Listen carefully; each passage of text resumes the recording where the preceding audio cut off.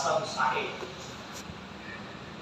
Ini diriwayatkan oleh sahabat Abu Hurairah radhiyallahu anhu bahwa Rasulullah SAW bersabda, "Utiyat ummati hansan sahih." Umat saya ini diberikan oleh Allah kemuliaan.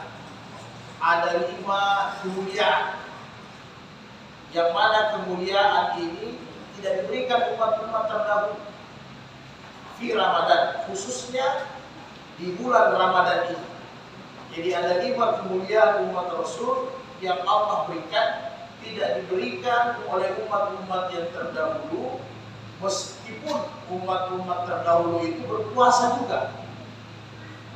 Meskipun mereka juga berpuasa, bahkan puasa mereka itu lebih banyak jumlahnya dan lebih lama masanya daripada kita sekalian. Tetapi tidak diberikan keistimewaan, hanya diberikan kepada umat Rasul yang hanya berpuasa 30 hari, itu pun kurang lebih 12 jam saja. Dibandingkan umat Nabi Musa 40 hari 40 malam 24 jam lamanya berpuasa. Sahur dengan bukanya sama, tetapi kita tidak. Walaupun dia pendek waktunya, jumlah harinya juga tidak banyak, tetapi kemuliaannya lebih besar. Mungkin kita tidak bisa bahas satu saja. Jadi dari yang 5 itu kata Rasul, 1, luhur fahmi sa'imu atyaru indallahi min rihil misyik. Ini sudah sering kita dengar. Bahwa yang pertama kemuliaan yang diberikan oleh umat Rasul,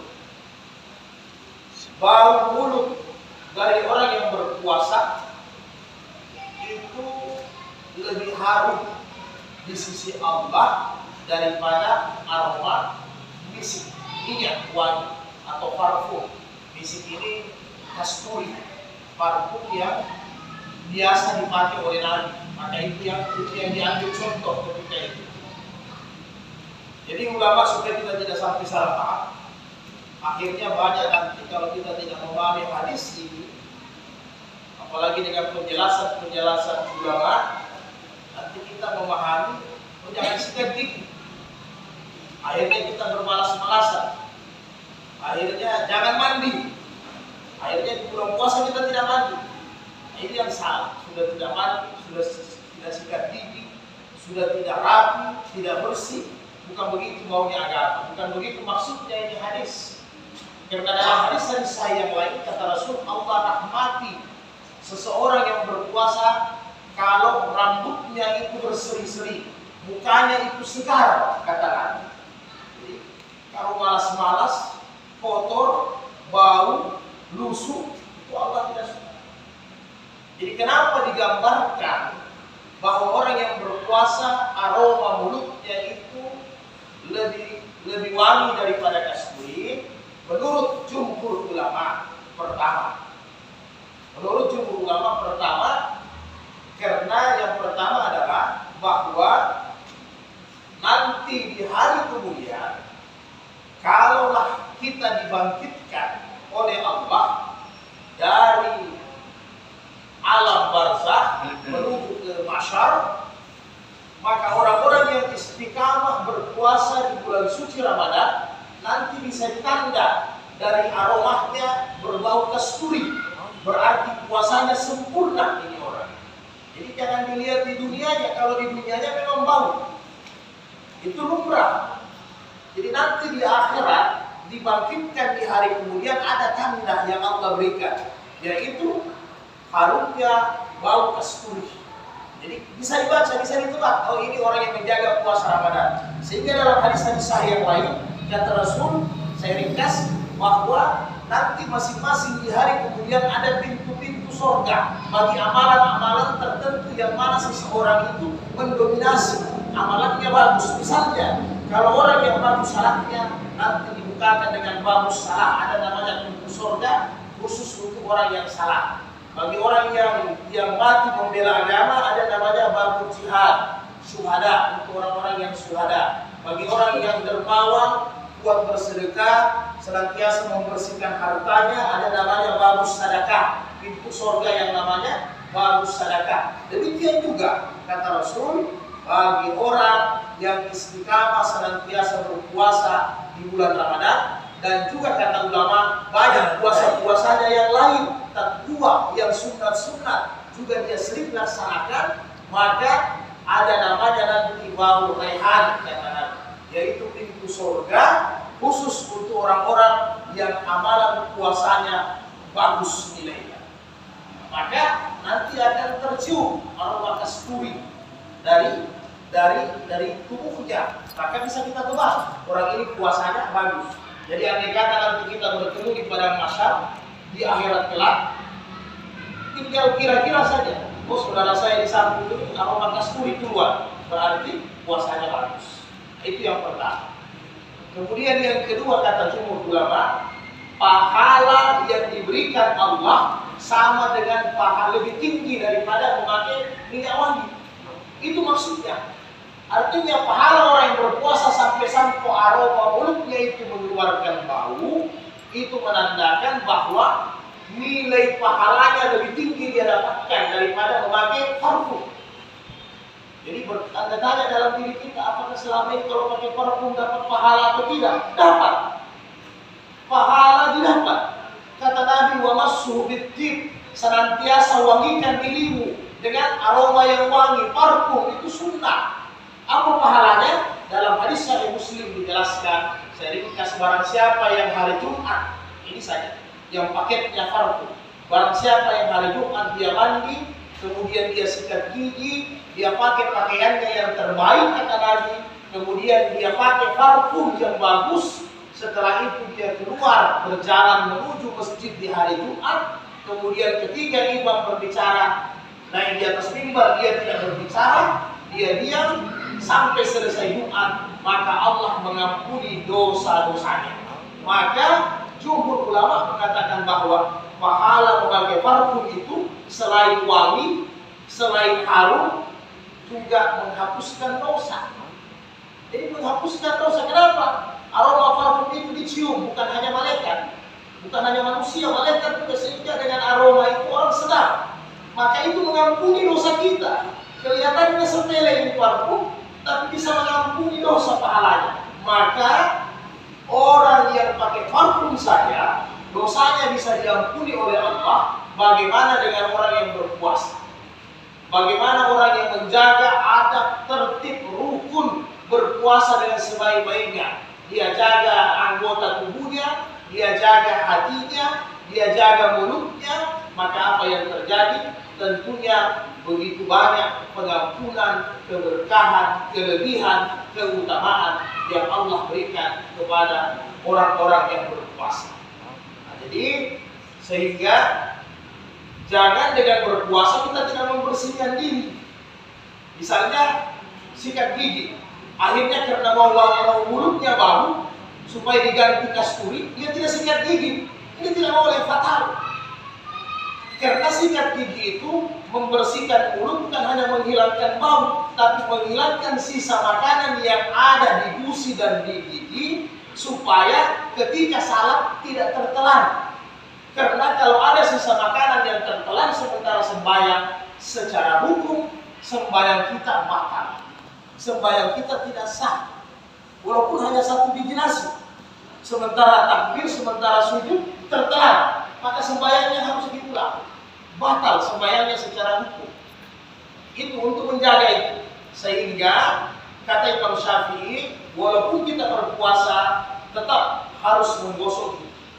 Berdasarkan hadis-hadis sahih, laulan asyukka ala ummati, andai kata tidak memberatkan atas umatku, la amartahu inda kulli salat bisiwak. Saya akan perintahkan mereka setiap mau sembahyang gosok gigi, setiap mau sembahyang gosok gigi. Kenapa?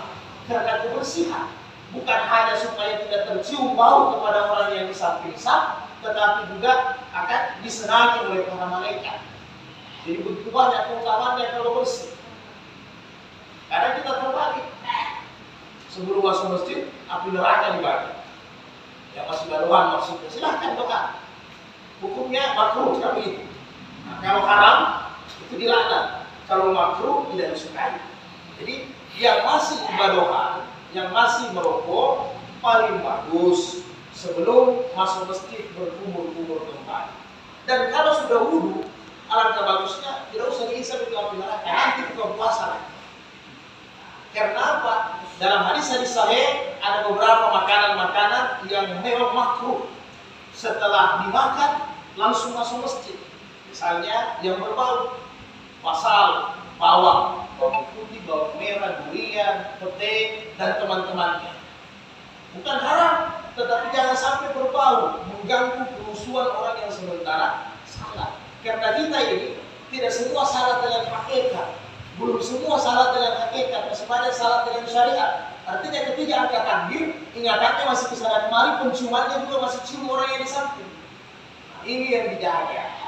Nah, maka kata Imam Syafi'i, batas syukur setelah masih boleh sikat gigi. Nah, tapi menurut Imam Hanafi, asar juga masih boleh sampai sore, kapan saja kata Imam Hanafi. Walaupun sementara berpuasa. Karena apa? Karena bau yang keluar bukan bau mulut, tetapi bau dari perut. Karena perut istirahat. Organ-organ tubuh yang memproduksi makanan, bekas makanan itu istirahat, sehingga pasti keluar bau. Maka Imam Hanafi mengatakan boleh sikat gigi kapan saja. Maka jumhur ulama untuk ikhtiyati dalam ilmu fikih, ikhtiyati itu berhati-hati. Maka paling bagus kata Imam Hanafi, kata Imam Malik, kalaupun takut karena kita punya sikat gigi kan tidak siwak seperti Nabi, ada pastanya yang ditakuti nanti tertelan, maka boleh sebelum wudhu menggunakan jari, digosok dengan 2 jari atau 2 jari atau 1 jari. Maka ini sudah bisa mendapatkan sunnah membersihkan gigi sebelum berwudu, boleh. Jadi utamanya gusinya, giginya ini boleh dipakai dengan jari-jari sebelum berwudu. Nah, kira-kira demikian saudara yang berbahagia. Mudah-mudahan Allah senantiasa berikan kita keberkahan. Dengan berpuasa bukan berarti kita bermalas-malasan. Dengan berpuasa bukan berarti kita kotor. Dengan berpuasa tidak mau mandi sampai 2 hari 3 hari. Dan tidak mau ganti pakaian. Tidak bisa. Karena Islam itu Nabi sudah ajarkan. Kebersihannya itu luar biasa. Kenapa ada najis? Kenapa ada wudu sebelum salat? Karena ada nilai kebersihan. Kenapa Nabi perintahkan harus sikat gigi? Karena ada nilai kebersihan. Karena kita mau menghadap Sang Pencipta. Sebagaimana kita menghadap dengan makhluk-makhluk biasa, apalagi bos kita, apalagi kita tanya pejabat-pejabat besar, pasti kita mempersiapkan diri sebaik-baiknya. Semua disiapkan. 7 hari mau menghadap presiden, 1 bulan sudah sibuk cari pakaian. Apalagi kita menghadap Allah. Kemudian untuk parfum ini, salah satunya kata Ibnu Katsir di surat Al-A'raf, ya bani Adama Zinatakum inda kulli masjid. Ya, kurang lebih demikian. Zinatakum inda kulli masjid. Wahai orang-orang yang beriman, setiap kalian mau pergi ke masjid, berhiaslah dengan yang terbaik. Berhiaslah dengan yang terbaik. Maka Ibnu Katsir mengatakan, pertama, pakaiannya bagus. Yang kedua, pakai parfum. Ini paketnya, ini ayat. Ibnu Katsir bilang, paketnya ini ayat untuk parfum juga. Jadi jangan sepelekan itu parfum. Minyak wangi penting, walaupun ada aturan-aturannya. Minyak wanginya laki-laki yang tidak berwarna tapi mengeluarkan bau. Minyak wanginya perempuan boleh berwarna tapi tidak mengeluarkan bau biar tidak fitnah.